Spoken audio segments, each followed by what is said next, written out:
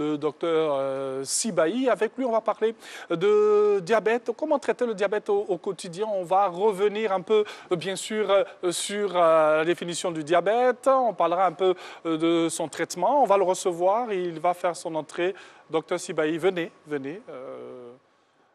Vous allez bien? Oui, ça va. Et vous-même? Voilà, ça va super bien. Installez-vous. Ok, merci. Allez-y, allez-y. Donc, il a son bloc-notes. Il y a beaucoup de choses à dire. C'est important. Oui. Ah oui, c'est important. Surtout parler du diabète. Alors, Tout à fait. on peut avoir une petite définition du diabète. On sait que c'est une maladie qui nous fatigue un peu au quotidien lorsqu'on est atteint de diabète. Oui, alors, c'est bien de me permettre d'en parler. Oui. Parce que ce qu'on sait du diabète, c'est surtout cette histoire de sucre. Oui. Quand on parle de diabète, on parle du sucre. Mais en réalité, le sucre, l'excès de sucre, le trop plein de sucre dans le sang, ce n'est que la conséquence d'une maladie qui vient du pancréas. Oui. Donc c'est un organe dans notre corps qui nous permet de produire un petit liquide. Pour ceux qui ont déjà vu les diabétiques se soigner, ils ont des piqûres qui se font. Voilà, ce petit liquide-là, qui s'appelle l'insuline, voilà, il est produit naturellement dans notre corps. C'est ça qui nous permet de digérer tout ce qu'on va manger. Bien sûr. Alors chez un diabétique, il n'a pas cette capacité-là, parce que soit le liquide n'est pas produit en bonne quantité, ou bien il n'est pas de bonne qualité. On dira beaucoup de choses avant la fin de cette émission concernant ce sujet. On a déjà mis le pied dans le plat pour vous permettre de nous définir un peu le diabète. On part avec ce jingle et on revient.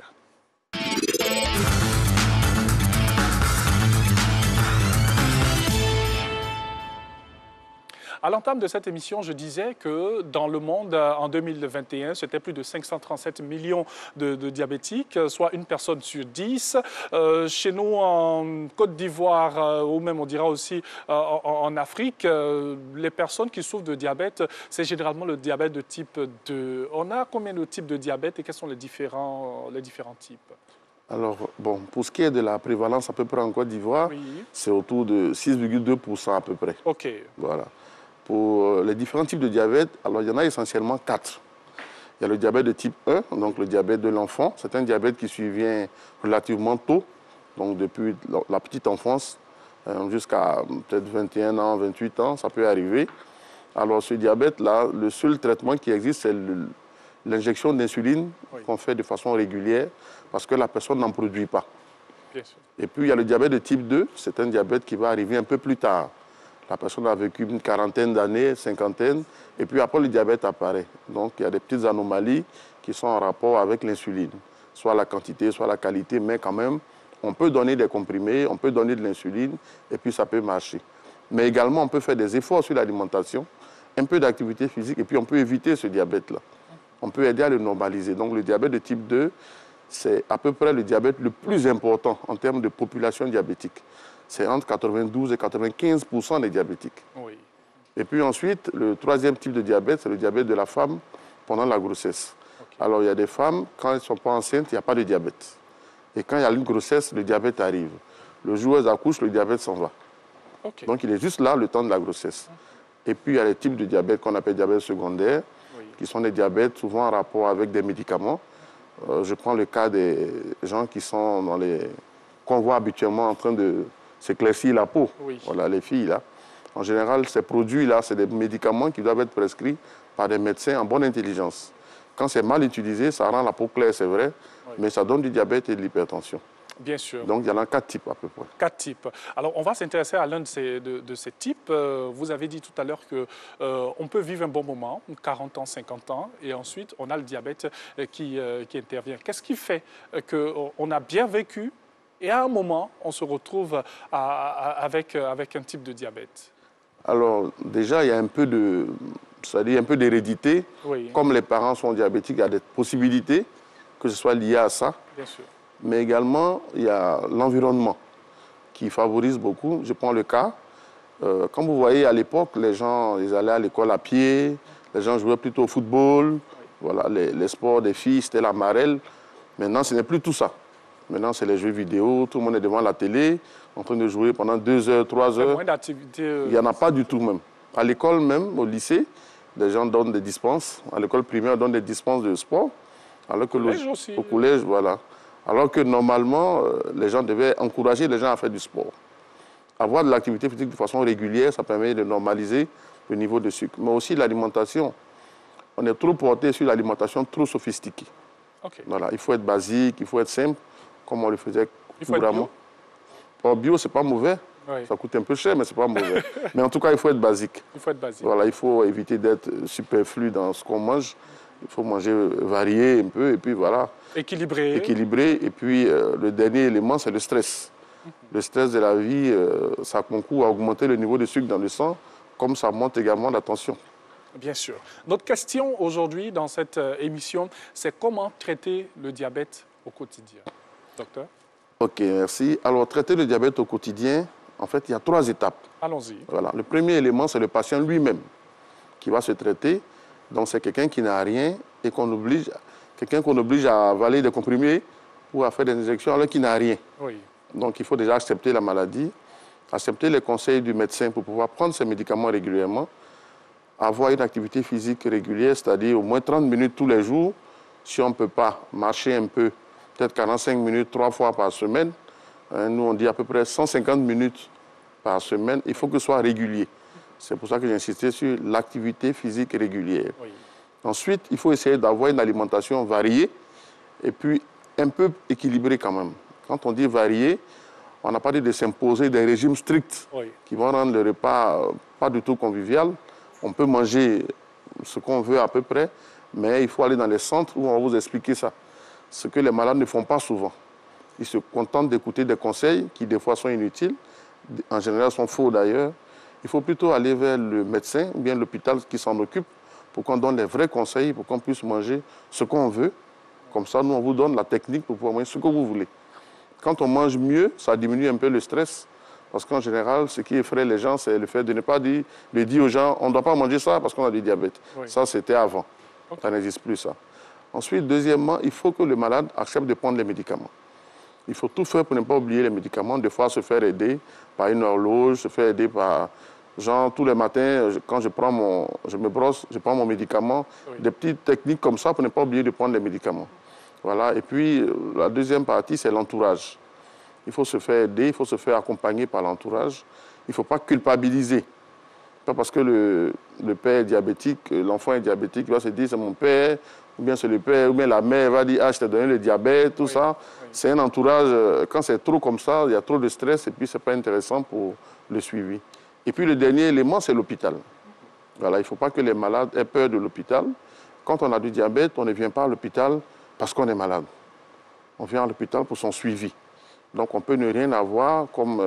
enfin, on peut être apparemment bien, mais tous les 3 mois à peu près, il faut visiter le médecin pour qu'on puisse faire des examens de sang, des examens de radio, pour voir à peu près si le diabète est en train de se compliquer ou pas. Parce que ce qu'on ne dit pas toujours, c'est que le diabète, c'est une maladie qui évolue dans le temps. Voilà. Plus le diabète est vieux, plus il devient difficile à traiter. Donc, pour que les choses s'arrangent bien, il faut toujours que le médecin et le malade soient des amis, soient des confidents, que le malade dise tout au médecin pour que le médecin puisse trouver la formule pour pouvoir aider le malade dans le bon sens. Bien sûr, ne pas avoir peur de l'hôpital, permettez une autre formulation. Faut-il avoir peur même du diabète? Alors, il ne faut pas avoir peur du diabète. Si vous voulez, les informations ne sont pas toujours bonnes. J'ai apprécié tout à l'heure l'histoire de l'informatique, oui. Parce que maintenant, tout le monde a l'air des NTIC. Donc, on regarde les ordinateurs, on regarde sur... Les gens mettent n'importe quoi. Il n'y a pas de filtre. Oui. En matière de santé, c'est un peu une catastrophe. Voilà. Le diabète ne doit pas faire peur. Le diabète, maintenant, la médecine a tellement évolué que nous avons tout ce qu'il faut comme technologie pour éviter l'apparition des complications. La difficulté qu'on a, c'est que les gens n'aiment pas venir à l'hôpital. Et nous, en Afrique, on n'est pas trop pour les maladies chroniques. Tu n'as rien et tous les jours, tu te retrouves à prendre des médicaments. C'est un peu difficile à accepter. Il y en a qui aiment bien le traitement radical. Il va voir quelqu'un qui connaît, qui lui donne quelque chose, une potion ou une plante, pour lui dire que dès que vous prenez ça, la maladie finit. Ce n'est pas le cas. Le diabète peut être équilibré.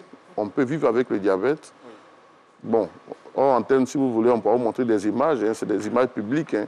Des hommes politiques qui ont un certain niveau, qui ont 30 ans, 40 ans de diabète. Ça ne les a pas empêchés d'être des leaders politiques, d'être des premiers ministres dans beaucoup de pays. Voilà. Donc les gens témoignent. il ne faut pas avoir peur du diabète. Au contraire, il faut le dompter. Il faut le dompter. Il faut le dompter. Ça, c'est important. Il faut avoir aussi beaucoup de moyens parce qu'il y a cette insuline qu'il faut prendre tous les jours, il y a des médicaments aussi à prendre, donc il faut aussi avoir les moyens. Oui, il faut avoir les moyens, mais je vous rassure, oui. Il faut déjà adopter l'attitude de rendre visite à l'hôpital, l'hôpital ami. Ensuite, pour ce qui est de la Côte d'Ivoire, par exemple, il y a des projets pour les enfants. Jusqu'à 21 ans au maximum, 18 ans à peu près, l'insuline, tout ça, c'est gratuit. Oui. Le suivi, tout ça, c'est gratuit. Voilà, là, il y a un autre laboratoire qui est en train d'aider pour la mise en place d'un protocole semblable pour les adultes. Bien sûr. Qui va commencer bientôt. Donc, c'est la frange de la population qui est au milieu, là, qui souffre un peu.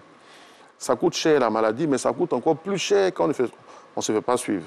C'est-à-dire que quelqu'un qui est déclaré diabétique, quand il fait ses contrôles régulièrement, il prend ses médicaments, ça lui revient moins cher que de fuir l'hôpital et que de revenir avec une complication pour laquelle, par exemple, il pourrait être amputé d'une jambe, d'un bras, il pourrait perdre les yeux. Oui. Voilà, il peut avoir des problèmes de dysfonction érectile, là, ce qu'on appelle habituellement les pannes sexuelles, qui vont aboutir à l'impuissance.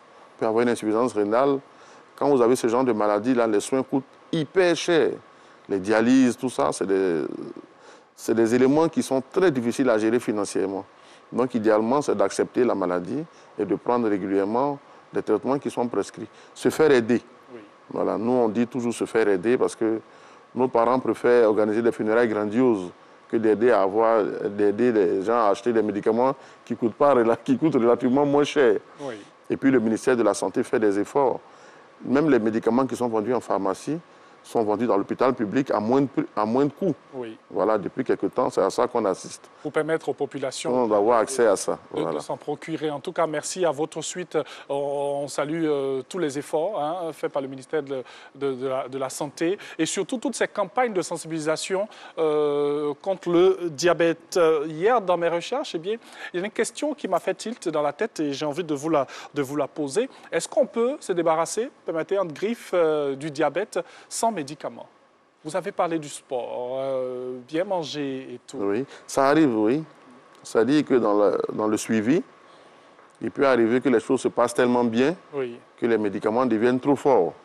Donc il faut diminuer la dose et puis les éliminer. Oui, ça arrive. Il y a beaucoup de cas où les gens sont déclarés diabétiques et puis à la fin, on a essayé tous ces médicaments pour vers la fin ne pas avoir de comprimés à prendre. Et nous, on considère comme médicament le fait de bien manger et puis le fait d'avoir une activité physique régulière. Ça existe, oui. Ils sont diabétiques, ils ne prennent pas de comprimés, ils ne prennent même pas d'insuline. Un peu d'activité physique, mieux manger et puis c'est bon. Tout est une question de suivi. Il faut juste respecter les consignes, ce qui est demandé. Oui, c'est ça. C'est-à-dire que la difficulté, c'est que les gens ne nous écoutent pas souvent. Les gens ne vont à l'hôpital que lorsqu'ils sont malades. Alors que quand vous allez à l'hôpital, quand vous n'êtes pas malade, quand vous êtes bien portant, il y a d'autres types de conseils qu'on vous donne.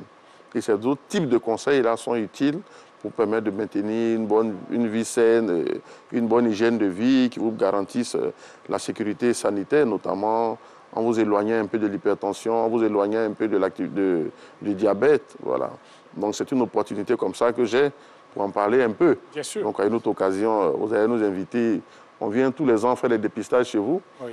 Donc à une autre occasion, quand vous allez nous inviter, on pourra sensibiliser devant vous. Oui. Pour que vous voyez un peu les messages qu'on donne aux populations et puis nous aider à parfaire ces différents messages-là. Bien sûr, c'est pour ça que nous sommes là aussi avec vous tous les jeudis dans Matin Bonheur. Et sachez que les jeudis, ce sont les jeudis de la santé. Donc, on essaie de parler comme ça de toutes ces pathologies, de toutes ces maladies qui nous entourent. Quand on parle de diabète, on se tourne vers le médecin, on se tourne vers le nutritionniste, on se tourne vers le coach sportif. Il y a plusieurs entités comme ça qui entrent en ligne de compte. Moi, je vais vous demander, bien sûr, quel aliment éviter en cas de diabète? Alors, en cas de diabète, il n'y a pas d'aliment à éviter.